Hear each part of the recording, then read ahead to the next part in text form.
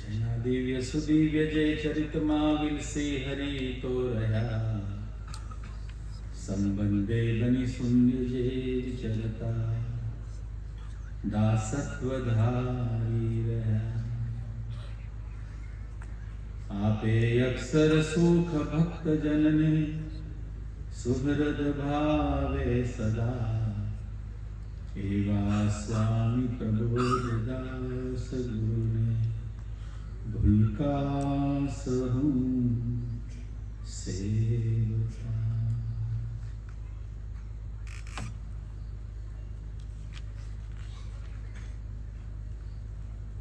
દિવ્ય દેહ બિરાજમાન આપણા સૌના પ્રાણાધાર પ્રગટ ગુરુ હરિ પ્રબોધ જીવન સ્વામીજી મહારાજ, આપણા સૌના આત્મીય અને ભગવદી સંતવરીઓ પૂજ્ય ભક્તિ પ્રિય સ્વામીજી, પૂજ્ય સર્વમંગલ સ્વામીજી, પૂજ્ય ગુરુ પ્રસાદ સ્વામીજી, પૂજ્ય બ્રહ્મવિહારી સ્વામીજી, પૂજ્ય મૈત્રી સ્વામીજી, પૂજ્ય શાશ્વત સ્વામીજી, પૂજ્ય પ્રભુ દર્શન સ્વામીજી, પૂજ્ય અમરીશ સ્વામીજી, બરોટી ગામના સરપંચ શ્રી, માજી સરપંચ શ્રી, મંચસ્થ ઉપસ્થિત સૌ આત્મીય મહાનુભાવો, પૂજ્ય હિતેશભાઈ, રમેશભાઈ, કમલેશભાઈ, ઉપસ્થિત સૌ અમરીશ ભક્તો તથા ધામનાથ સૌ મુક્તો, દાસના દાસ, જય સ્વામિનારાયણ. જય સ્વામિનારાયણ. પૂજ્ય હિતેશભાઈએ થોડું રમેશભાઈએ આપણા સૌના લાડીલા પ્રાદેશિક સંતવર્ય પૂજ્ય પ્રભુ દર્શન સ્વામીજીએ અને પૂજ્ય શાશ્વત સ્વામીજીએ બહુ અદભુત ભાથું આપ્યું છે.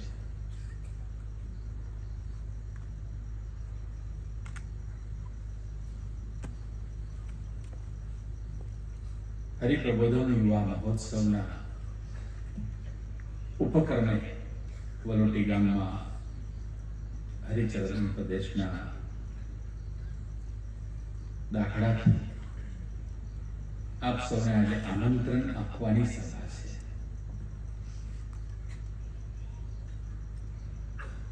સરપંચશ્રી બેઠા છે અને મહાનુભાવો બેઠા છે. આપણે એવું માનીએ કે ગામમાંથી શાશ્વત સ્વામી કે એટલા ભક્તો સમયમાં જરૂરથી આવશે.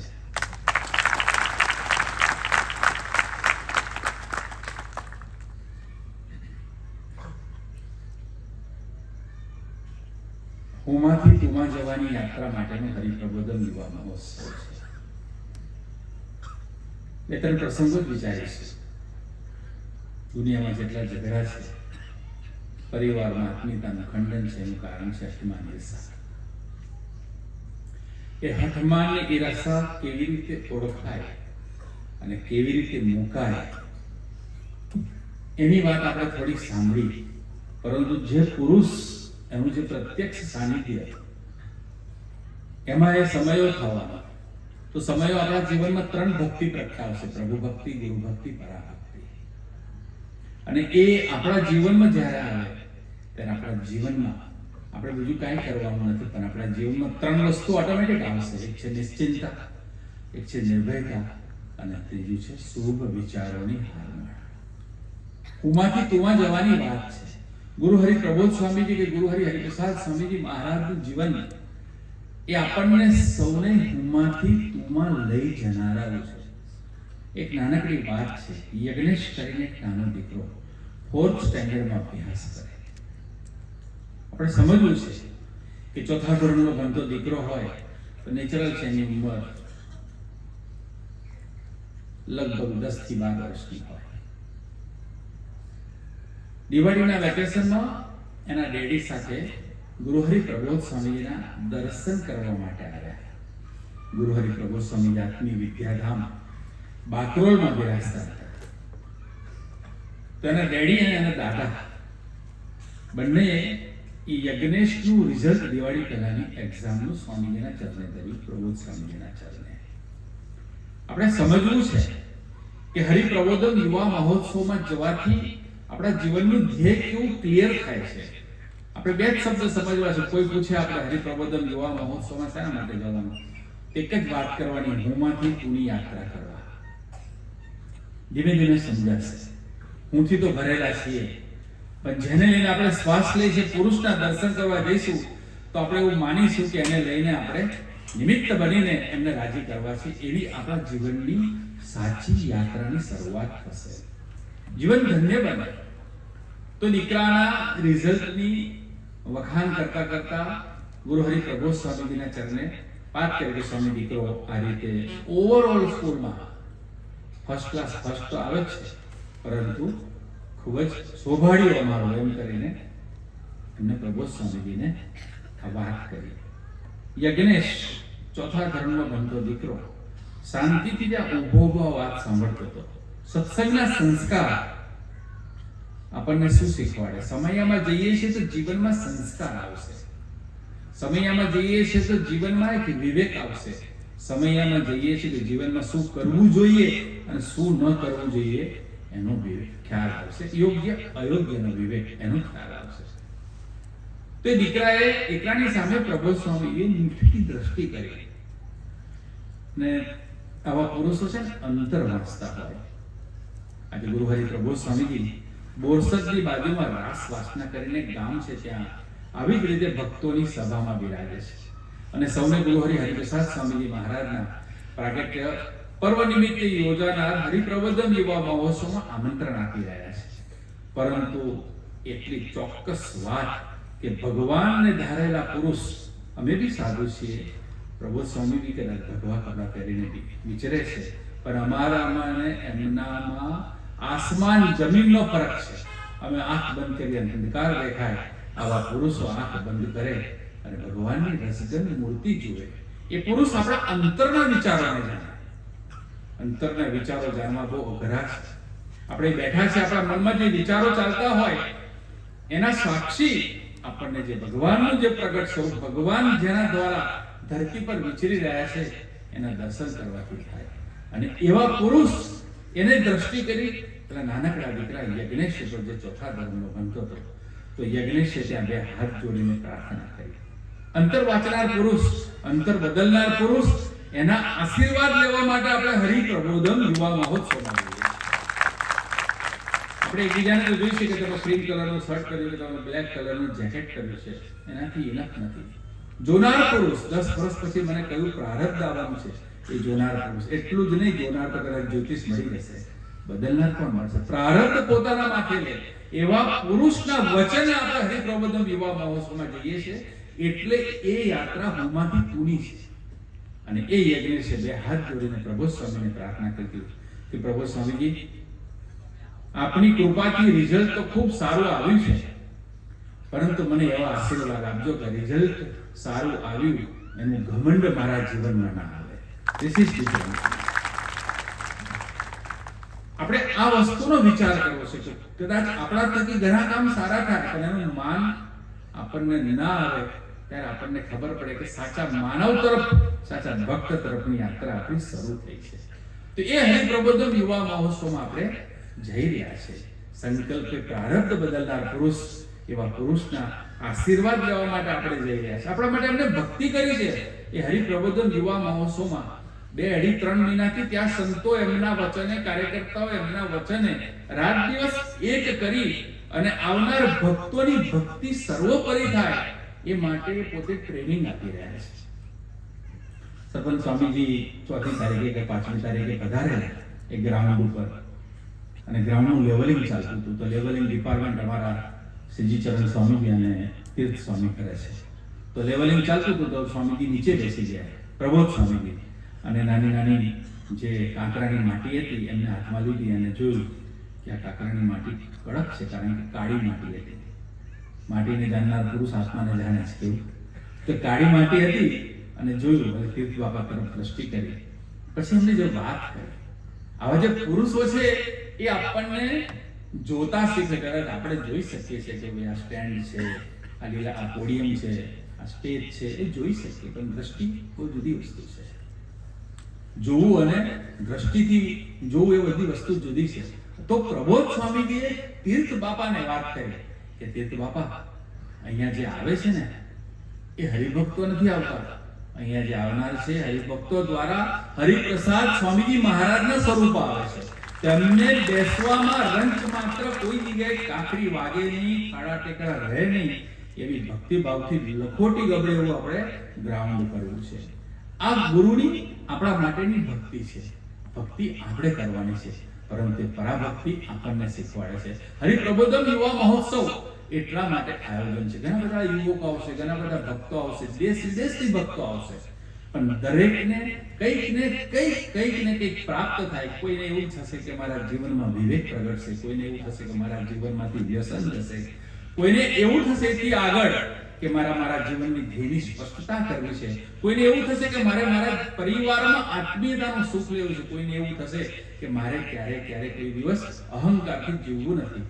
આ બધા વસ્તુઓનો સમાધાન અને સમીકરણ એ જે ત્યાં ગેધરિંગ થવાનું, તે મહોત્સવ થવાનો, એ મહોત્સવમાં આપણે જઈ રહ્યા છે.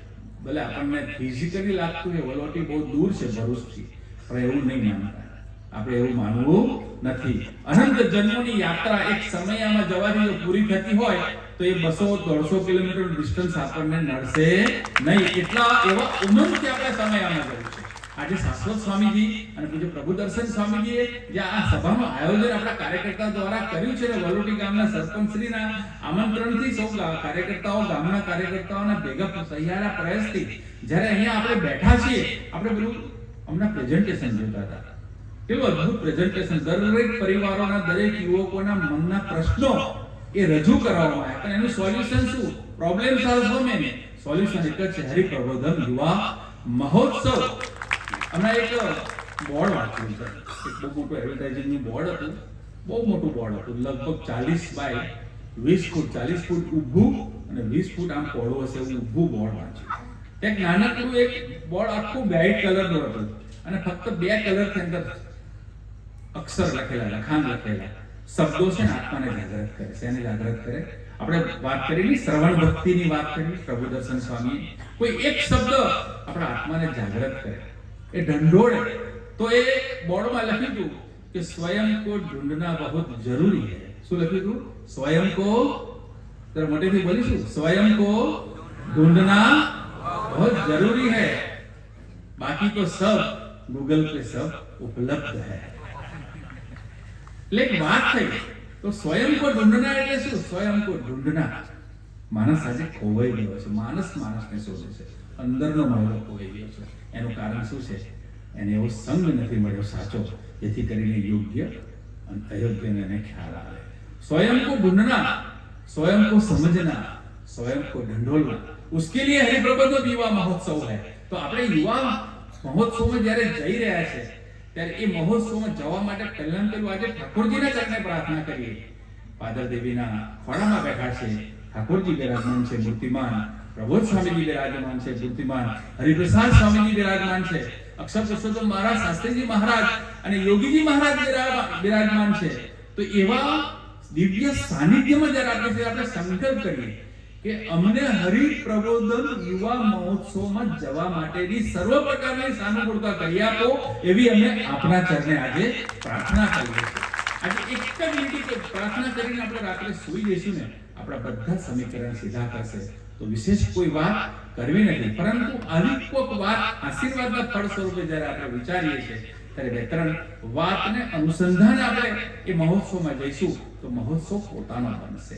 મહોત્સવમાં જઈને આપણને આનંદ આવશે.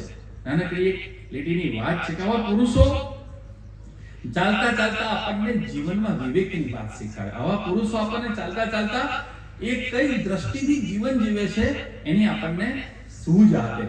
વર્ષો પહેલા ગુરુ હરિ પ્રભુ સ્વામીજી અષ્ટગામની ધરતી પર પધરામણીમાં બિરાજમાન હતા. એક જગ્યાએથી બીજી જગ્યાએ પધરામણી જઈ રહી હતી તો ત્યાં કેનેડાના સુમનભાઈ દાજીના દીકરા કલ્પેશભાઈ, જેનું એ મોસાળ થાય, એમની સાથે પ્રબોધ સ્વામી વિચરણમાં હતા. જે તે વખતે પ્રબોધ સ્વામી તો પ્રાદેશિક સંતવર્ય હતા. શું હતા? પ્રાદેશિક સંતવર્ય. પણ એ તો અનાદિના પુરુષ, જ્યારથી પ્રજ્ઞા ત્યારથી આત્માને નિરંતર એક ડગલું ભગવાન તરફ કેવી રીતે જવું એની આપણને સૂઝ આપે, એનું જીવન સૂઝ આપે. પ્રબોધ સ્વામી 50 વર્ષ કઈ બોલ્યા નથી કે એનું વર્તન જ એટલું જબરદસ્ત કે ભગવાન સાથે જો સંબંધ કરો તો આ સાધુ સાથે અખંડ દ્રષ્ટિ રાખવી પડે, જજ અને જજ. તો એ ચાલતા ચાલતા કપિભાઈએ સ્વામીજીને, પ્રબોધ સ્વામીજીને કીધું કે સ્વામી આ સ્કૂલ જાય છે, સ્કૂલનું બિલ્ડિંગ હતું, જૂનું બિલ્ડિંગ હતું, કે સ્વામી આ સ્કૂલમાં આપનો સેવક એટલે કે કલ્પેશ હું 1 થી 4 ધોરણ ભણેલા. તો પ્રબોધ સ્વામીજી સરપંચ એ જ જગ્યાએ ઉભા રહે, આપણને આ સાધુ દ્રષ્ટિ આપે. એ જગ્યાએ ઉભા રહ્યા પછી એ સ્કૂલને આમ 5 વાર ઉભાવવામાં નમન કરે.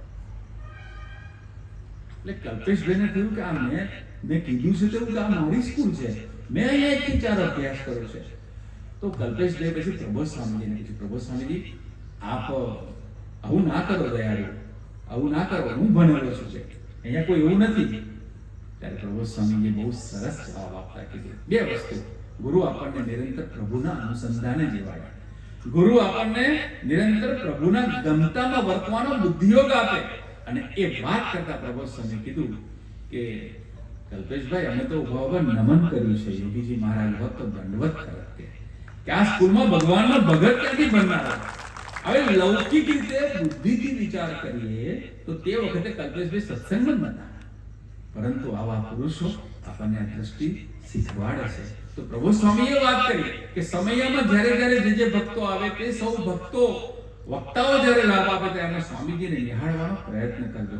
જો સ્ટેજ ઉપરથી આપણને સ્વામીજીને નિહાળવાનો પ્રયત્ન શીખવાડતા હોય, એ શાળા ભગવાનના સંબંધવાળી છે, ભગવાનનો ભક્ત ત્યાં બન્યો છે, એની જોતા શીખવાડતા હોય તો ઘરમાં અરસપરસ પ્રભુના ભાવથી જોતા શીખવાડશે નહીં. બસ એ માટે આપણે સમયમાં જઈએ છીએ, સ્વામીજીના ચરણે પ્રાર્થના કરીએ. આ હુંમાંથી તુંમાં જવાની જે યાત્રા છે ને એ માટે જવું છે. નાનકડો એક પ્રસંગ કહી અને હુંમાંથી તુંની યાત્રા કોને કહેવાય એની વાત આપણે સમજીએ. ગુરુહરિ પ્રબોધ સ્વામીજી અમદાવાદની ધરતી પર સ્વાગત સભામાં હતા, પરદેશના વિચરણ કરી અને પોતે અમદાવાદમાં સ્વાગત સભામાં હતા. તો ત્યાં આવા ફોટોગ્રાફરમાંથી ફોટોગ્રાફરને ઊભો કર્યો અને એને કીધું કે ઓડિયન્સનો ફોટો પાડો. એટલે ચાલુ ગોષ્ઠી એ ગુરુહરિ પ્રબોધ સ્વામીજી એને કીધું આ ફોટો પાડો. એટલે પેલા દીકરાએ ફોટો પાડ્યો. કોઈ ફોટોગ્રાફર સાહેબ છે અને કોઈ કે પ્રબોધ સ્વામી બેઠા હોય તો ફોટો પડાયો. પછી પ્રબોધ સ્વામી કે ધારો કે આ ફોટો પડ્યો અને આ એલઈડી છે એના પર તમારો ફોટાની ડિસ્પ્લે દેખાય તો તમે સૌથી પહેલા કોને શોધો? કોને શોધો?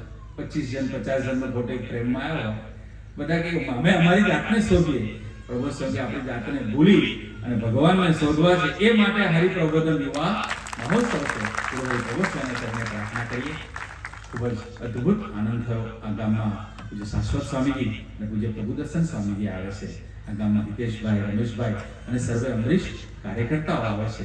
તો સૌ યુવાનોને નમ્ર પ્રાર્થના છે આ ગામનું યુવક મંડળ વિશેષ કરીને લાભ લે, આ ગામના વડીલો વિશેષ કરીને સમયમાં લાભ લે અને સંતો અવારનવાર 2 અઢી મહિના ગામમાં આવે તો સંસ્કારનું પરિવર્તન થાય. કોઈ દિવસ હરિપ્રસાદ સ્વામીજી કે પ્રબોધ સ્વામીજી ક્યારે કોઈને એવું કહેતા નથી કે તું સ્વામિનારાયણ થા. પણ એક વાત ચોક્કસ કહે છે, આપણે અર્જુન છીએ, કૃષ્ણ જોઈએ ને જોઈએ. ભગવાનના આવા જે પવિત્ર સંત છે, સૂર્ય સમાન છે, એને કોઈ ભેદ દ્રષ્ટિ નહીં. એક જ વાત કે તમે ભગવાન રામના ઉપાસક હો તો હનુમાનજી જેવા પવિત્ર સંતની તમે ગોદમાં બેસો. તમે ભગવાન કૃષ્ણના ઉપાસક હો તો તમે સુખદેવજી જેવા ભગવાનના પવિત્ર સંતની ગોદમાં બેસો. તમે શિવ શક્તિના ઉપાસક હો તો તમે ગણપતિ જેવા પવિત્ર સંતની ગોદમાં બેસો. તમે સ્વામિનારાયણ ભગવાનના ઉપાસક તો ગુણાતીત સંતની ગોદમાં બેસો, જે આપણું પરિવર્તન કરે. આપણા પરિવર્તનને સમજવા માટે, આપણા આત્માની યાત્રા ભગવાન તરફ ચાલે તે માટે આપણે ગુમાથી તુમાં જઈ શકીએ તેવું ઉદ્યોગ મળે તે માટે હરિપ્રબોધન યુવા મહોત્સવ ઉજવાઈ રહ્યો છે. એ મહોત્સવમાં આપ સૌ પધારો એવી આપ સૌને અંતરની પ્રાર્થના. દાસના દાસ. જય સ્વામિનારાયણ.